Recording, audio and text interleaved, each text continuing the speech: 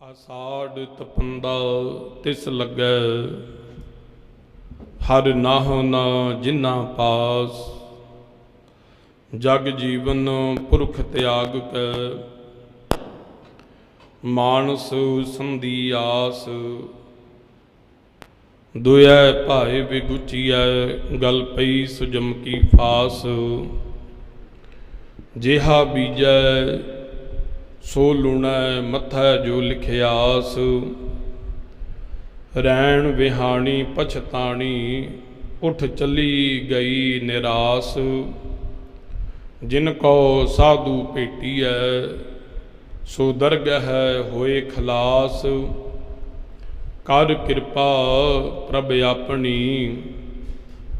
तेरे दर्शन होए प्यास। प्रभ तुद बिन दूजा को नहीं, नानक की अरदास। आषाढ़ सुहंदा तिस लगै, जिस मन हर चरण निवास। गुरु पातशाह जी के चरनां जुड़ बैठे सतसंगी जनों, अज हाड़ महीने की संगरांद का दिहाड़ा है। सो आप सरबत संगतां गुरु पातशाह जी के चरनां च बैठ के आनंद मान रहे हों। पातशाह जी मेहर करना, अपने चरनां का प्यार बख्शण। धन साहिब श्री गुरु अर्जन देव महाराज जी हाड़ महीने की बाबत 12 माह दे विच शब्द के राही समझाउण दा यतन कर रहे ने। आषाढ़ तपंदा तिस लगै, हर नाहो ना जिन्ना पास। आषाढ़ आम बोल चाल दे विच आपां हाड़ महीना कहने आ, पर गुरु साहिब जी ने बाणी दे विच आषाढ़ शब्द वरतिया। समय मुताबक बहुत शब्द आम बोल चाल दे विच बदल जाते है, तब्दीली आ जाती है। जदों असी गुरबाणी की गल करते हाँ, गुरबाणी उस समय रची गई तकरीबन अज तो 500 साल पहला, गुरु नानक साहिब जी तो लैके दशमेश पिता तक, और उस तो भी पहला की बाणी है। जिहड़े भगत होए ने वो सतगुरां दे समय तो भी पहलां दे ने, 13वीं सदी दे 12वीं सदी दे। पर धन साहिब श्री गुरु ग्रंथ साहिब जी दे विच गुरु अर्जन देव महाराज जी ने जिहड़ी जोत टिकाई है, इहदे विच कोई तब्दीली नहीं हो सकती। किसी भी शब्द दी कुछ अपने कोलों नहीं लग सकता। समय मुताबक बोलियां बदलदियां रहिंदियां ने।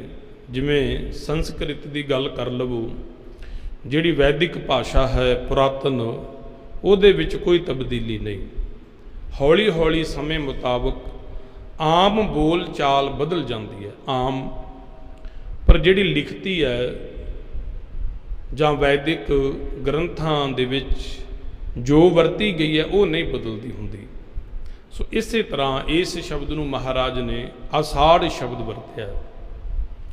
कहते ने ये महीना उन्हां दे लई तपश भरिया है, जिन्हां दे कोल वाहिगुरू जी दा नाम नहीं। हर नाहो ना जिन्ना पास। बाहर मुखी तपश उहदा इलाज हो जाता है। ठंडे थां ते चले जाइए, ठंडी थां ते बैठ जाइए, ठंडे इलाकियां दे विच जाके उस तपश नूं, उस अग नूं किसी हद तक घट कर सकते हैं। पर जिहड़ी हिरदियां दी तड़प है, हिरदियां दी तपश है, उहदे लई कोई इलाज नहीं। दुनिया दा कोई ऐसा जंतर नहीं जिहड़ा अंदरली तपश नूं खत्म करे। हिरदे दी तड़फ नूं, हिरदे दी तपश नूं इको एक धन साहिब श्री गुरु ग्रंथ साहिब जी की बाणी, सतगुरां दा नाम, सतगुरां दा सिमरन। कल ताती ठांडा हर नाओ। कलयुग का समा बहुत भयानक है, तत्ता है, ठंडा वाहिगुरु जी का नाम है। साई नाम अमोल कीम ना कोई जान दो, जिन्ना भाग मथाहे से नानक हर रंग मान दो। वाहिगुरु जी का नाम सच्चे पातशाह जी कहते ने जिन्हां दे कोल नहीं, उन्हां दे हिरदे तपदे रहिंदे ने। जग जीवन पुरख त्याग कै, मानस संधि आस। वाहिगुरु जी नूं उस अकाल पुरख नूं त्याग के मनुखां दी शरण दे विच जाना है, मनुखां ते तू आस रखदा है, मानस संधि आस, दूजियां ते आस रखदा है। अपने इन्ने वड्डे वाहिगुरु नूं छड्ड के फिर की हुंदा? महाराज कहंदे ने दोए भाए विगुची है, दुए भाए विगुची है, गल पई सुजम की फास। किसे दे गोचरे पैना, गल दे विच फाही पाउणा है, कहंदे जम्मां दी फांसी तेरे गल दे विच पै जाएगी। एक वाहिगुरु जी दा बणीए, एक दे दर ते आ जाइए। दर दर ते तुरन वाला दर दर ते भटकण वाला मनुख कदे कामयाब नहीं हुंदा।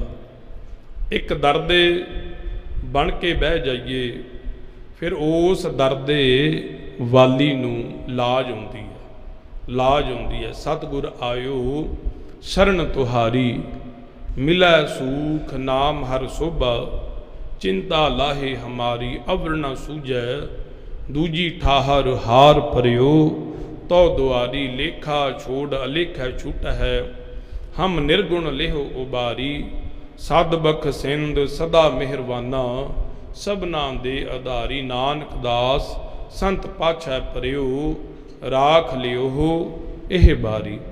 ਇਹ ਅਵਸਥਾ ਦੇ ਧਾਰਨੀ ਬਣਨਾ, ਸਤਿਗੁਰਾਂ ਦੀ ਸ਼ਰਨ ਦੇ ਵਿੱਚ ਆਉਣਾ, ਹੋਰ ਦੂਜਿਆਂ ਦੇ ਦਰ ਤੇ ਨਹੀਂ ਜਾਣਾ। ਫਿਰ ਮਹਾਰਾਜ ਕਹਿੰਦੇ ਨੇ ਜਮਾਂ ਦੀ ਫਾਂਸੀ, ਜਮਾਂ ਦੀ ਫਾਹੀ ਤੇਰੇ ਗਲ ਦੇ ਵਿੱਚ ਪੈਣ ਲਈ ਤਿਆਰ ਹੈ।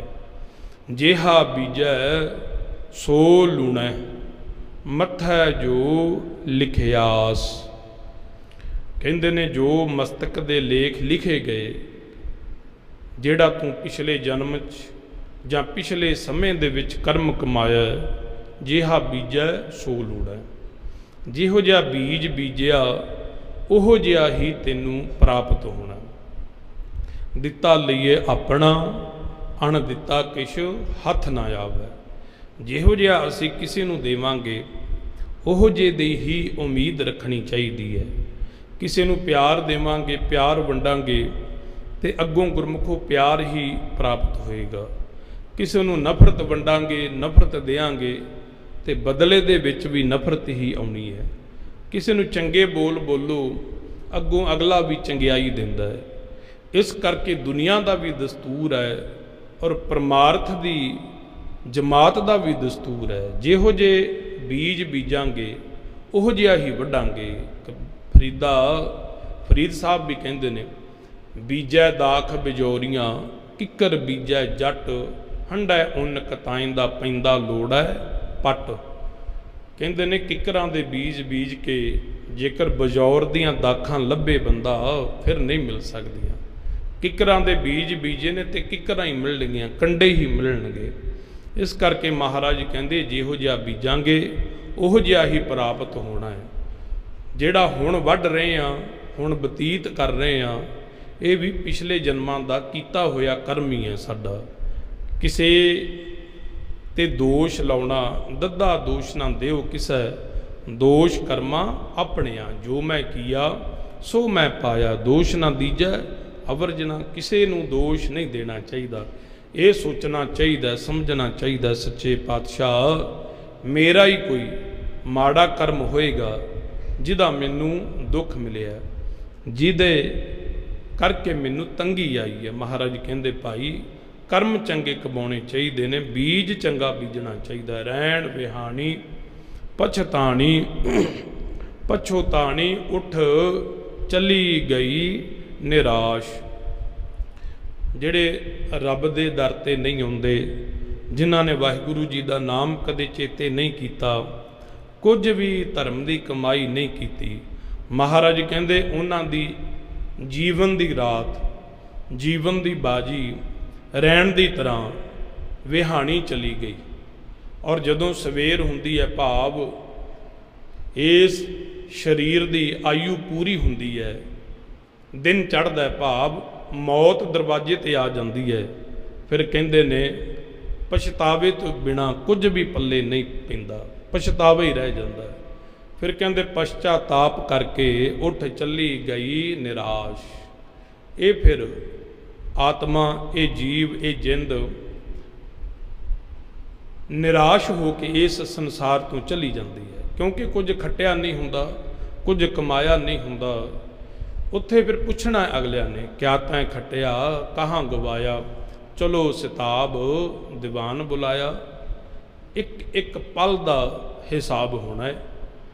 ਤਾਂ ਹੀ ਆਪਾਂ ਕਹਿੰਦੇ ਆ ਨਾ, ਦੇਖ ਨਾ ਲੇਖ ਮੱਥੇ ਦੇ ਮੇਰੇ, ਕਰਮਾਂ ਤੇ ਨਾ ਜਾਵੀਂ ਰਹਿਮਤ ਦੀ ਭਰ ਕਾਨੀ, ਬਾਬਾ ਲੀਕ ਇਹਨਾਂ ਤੇ ਲਾਵੀਂ। ਪਿਆਰ ਦੇ ਬਚਨ ਨੇ ਕਿ ਸੱਚੇ ਪਾਤਸ਼ਾਹ ਸਾਡੇ ਗੁਣ ਔਗਣ ਨਾ ਚਿਤਾਰਨ ਲੱਗ ਜਾਇਓ, ਹਿਸਾਬ ਦੇ ਵਿੱਚ ਨਾ ਪਾ ਦਿਓ ਸਾਨੂੰ, ਫਿਰ ਨਹੀਂ ਅਸੀਂ ਆਪ ਜੀ ਦੇ ਹਿਸਾਬ ਤੇ ਪੂਰੇ ਉਤਰ ਸਕਦੇ। ਕਿਉਂ?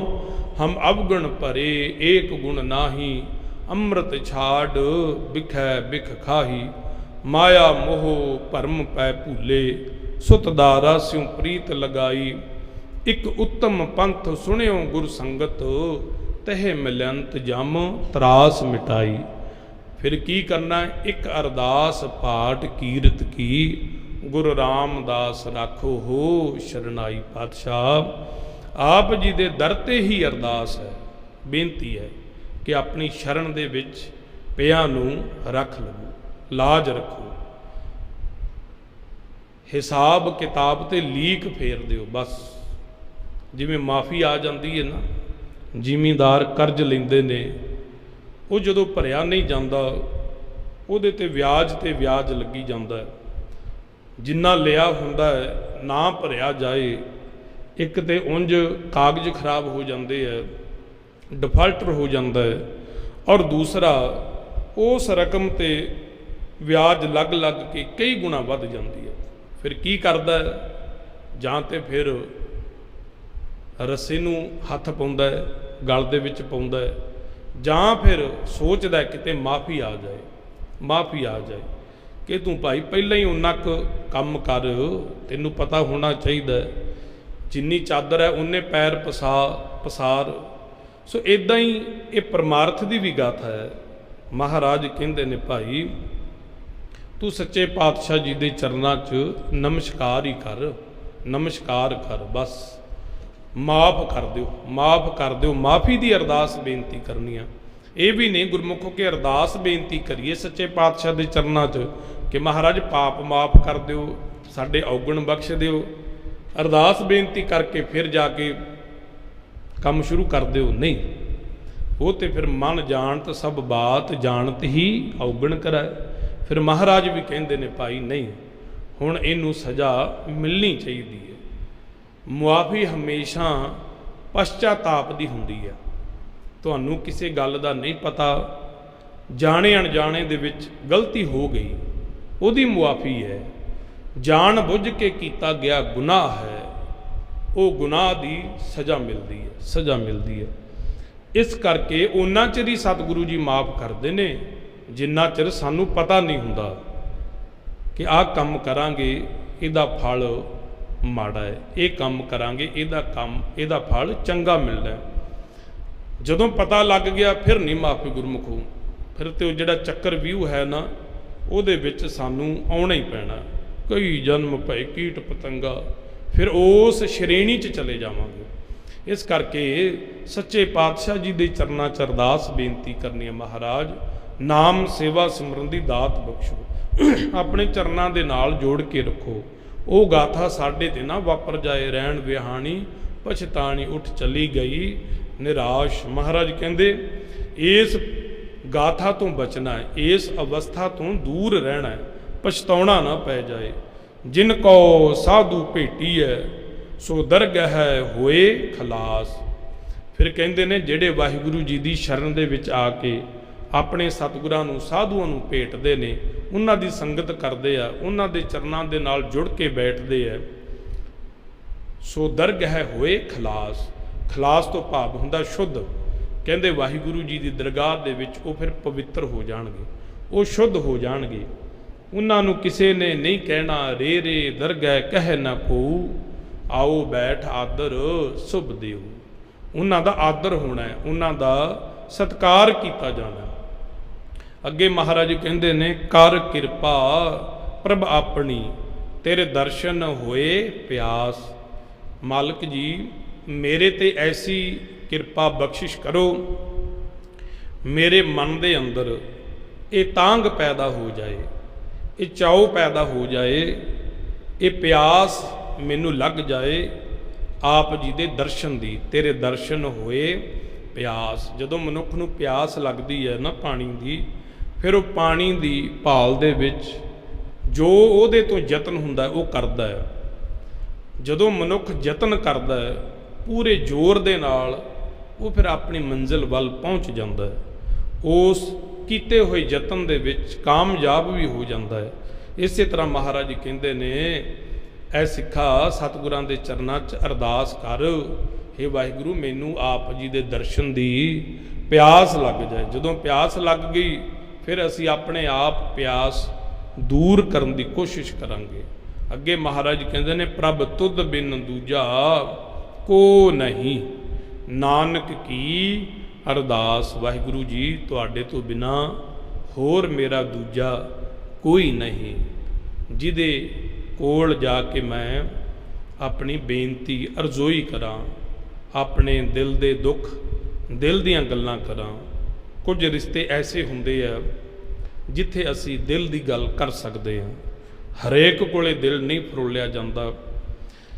ਔਰ ਰਿਸ਼ਤਿਆਂ ਤੋਂ ਵੀ ਅਗਲੀ ਗੱਲ, ਜਿਹੜਾ ਕਿਸੇ ਰਿਸ਼ਤੇ ਕੋਲ ਵੀ ਦੁੱਖ ਨਹੀਂ ਦੱਸ ਸਕਦੇ, ਫਰੋਲ ਸਕਦੇ, ਭਾਵੇਂ ਸਾਡਾ ਕੋਈ ਕਿੰਨਾ ਵੀ ਨਜ਼ਦੀਕੀ ਹੋਵੇ, ਉਹ ਗੱਲ ਫਿਰ ਇੱਥੇ ਆ ਕੇ ਮਨੁੱਖ ਫੋਲਦਾ ਹੈ ਸਤਿਗੁਰਾਂ ਦੇ ਚਰਨਾਂ 'ਚ ਕਿ ਐ ਪਾਤਸ਼ਾਹ ਇਹ ਮੇਰਾ ਦੁੱਖ ਹੈ, ਬਖਸ਼ਿਸ਼ ਕਰੋ, ਇਹਦੀ ਨਿਵਰਤੀ ਕਰੋ।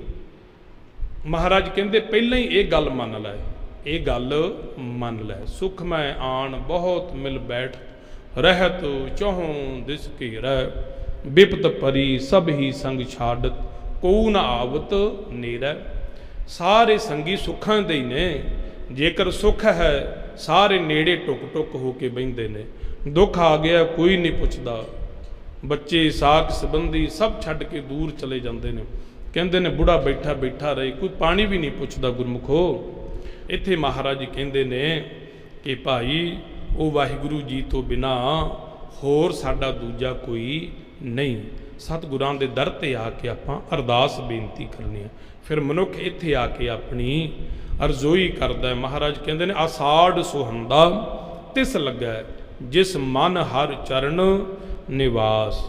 ਫਿਰ ਹਾੜ ਦਾ ਮਹੀਨਾ ਉਹਨਾਂ ਨੂੰ ਸੋਹਣਾ ਲੱਗਣ ਲੱਗ ਜਾਏਗਾ ਜਿਨ੍ਹਾਂ ਦੇ ਹਿਰਦੇ ਦੇ ਵਿੱਚ ਵਾਹਿਗੁਰੂ ਜੀ ਦੇ ਚਰਨ ਪ੍ਰਵੇਸ਼ ਕਰ ਗਏ। ਹਿਰਦੇ ਦੇ ਵਿੱਚ ਚਰਨ ਪ੍ਰਵੇਸ਼ ਕਰਨਾ ਭਾਵ ਸਤਿਗੁਰਾਂ ਦੀ ਬਾਣੀ ਆ ਜਾਣੀ, ਸਤਿਗੁਰਾਂ ਦੇ ਬਚਨ ਆ ਜਾਣੇ। ਇਹ ਸੀ ਅੱਜ ਦਾ ਪਾਵਨ ਵਾਕ। ਸੱਚੇ ਪਾਤਸ਼ਾਹ ਮਿਹਰ ਕਰਨ, ਸਾਨੂੰ ਵੀ ਆਪਣੇ ਦਰੋਂ ਘਰੋਂ ਨਾਮ ਸੇਵਾ ਸਿਮਰਨ ਦੀ ਦਾਤ ਬਖਸ਼ ਕੇ ਨਿਵਾਜਣਾ।